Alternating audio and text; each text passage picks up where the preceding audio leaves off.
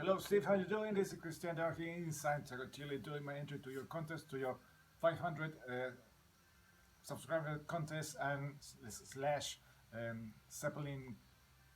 I don't know. Do the math with Zeppelin, playing with numbers with Zeppelin. That's a cool, really cool idea. Two questions in or two tasks, two things to do to enter your contest. First of all, rank the eighth studio album from by the mighty Zepp, and then match Zeppelin with 500. Really cool one. So let's go. Let's do this one. I think it's no brainer for many Zeppelin fans that the two that the two ones that are always at the seventh and eighth position will be this ones. So I think with no question, no argue, this one it's number eight, and it has some. So even though it has one of a song I really like very much in the evening, I really like that song a lot, and the other one that I like is Full in the Rain. That's cool. Maybe not as heavy as Black Dog or everything. But yeah, it's Zeppelin's good. You can tell that the band was changing by this by the late 70s. Who knows what they will be doing or what they will do when the 80s were around. How they would change their sound, but that's my album in the eighth position. Number seven, of course, Presence, kind of spotty, although it starts with Achilles' Last Stand. That's one of my favorite songs. That's awesome. For Your Life, that's also a really good one. Faults, nobody but mine, that's a really good one. I like the way they play live, and also I like it very much when Jimmy Page did a Zeppelin album with the Black Crows. That was also one song featured there. It was also really good. So number seven, Presence. Number six, I'm going to go with yes, this one, Houses of the Holy. Good one. Number five. Yes, I'm going to go with Zeppelin Step 3. These are the latest reissues that Jimmy did,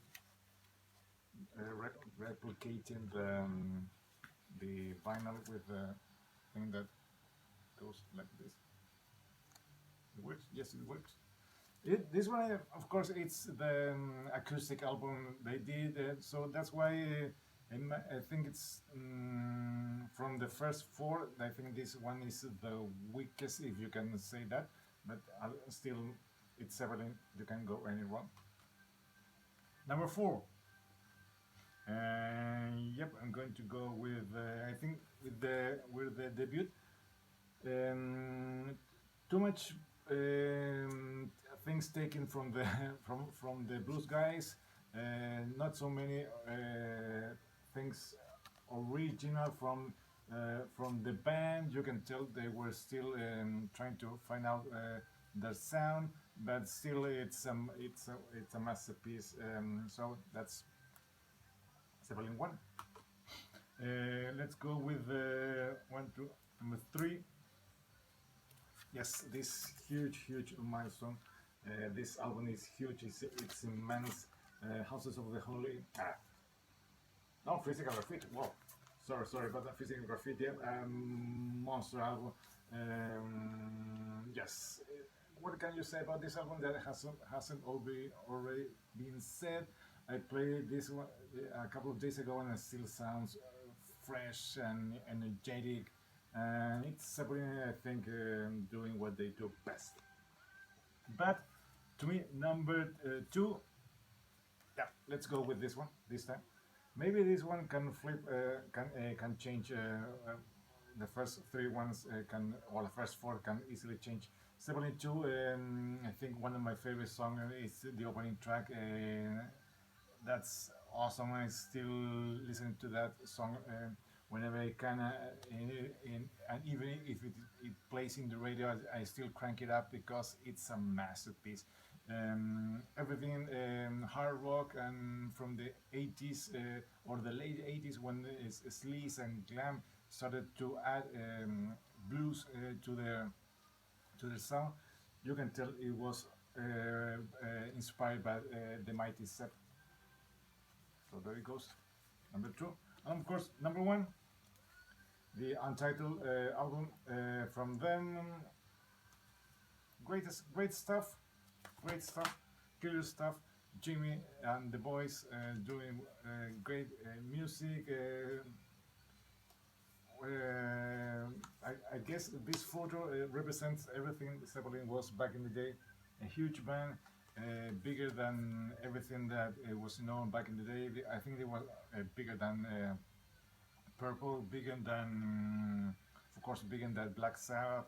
I think the only band that can match that kind of audience appealing they had, or mass appealing, what maybe was the Stones and other band, but I think they were the kings from the in the early 70s. Zeppelin, number one, the Untitled album, or the Zeppelin 4, or the album with the bones, and well, you know all the deal. The second part of this contest was to match 500. That's the number of subscribers Steve got with Zeppelin. So I was started to think about it. What can I do? What can I do? And then I realized this cool thing. According to Warner Music Germany and Billboard, Led Zeppelin sold over 300 million albums worldwide.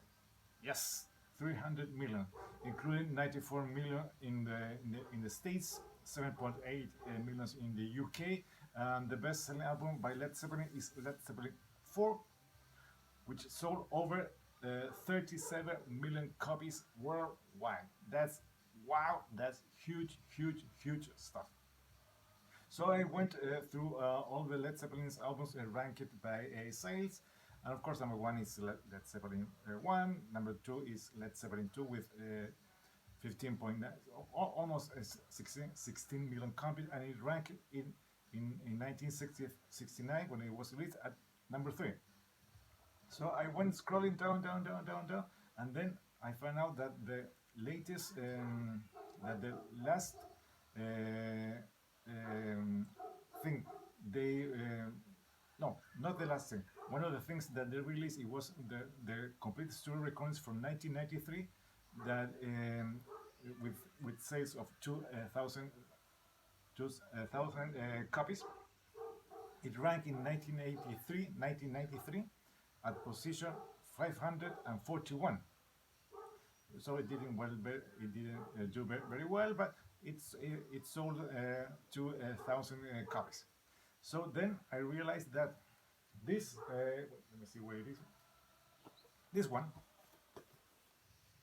let's see where it is. Here it is.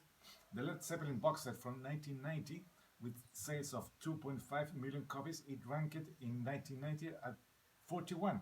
So the previous one, the computer recording studios from 93, it ranked at 541. This one at 41. When you do the subtraction, 541 minus 41, what do you have? Yes, 500. So there it goes, Steve. Hope you like my way I do the math and Zeppelin to match the 500 number that you were asking for. That's my entry. Hope you like it. 9 minutes, I think it's more than enough about me talking about Zeppelin. You already know, I think you know all the things I have said about. So that's it. Hope you like my entry. This is Christian down here in Santiago, Chile, saying goodbye. Till next time.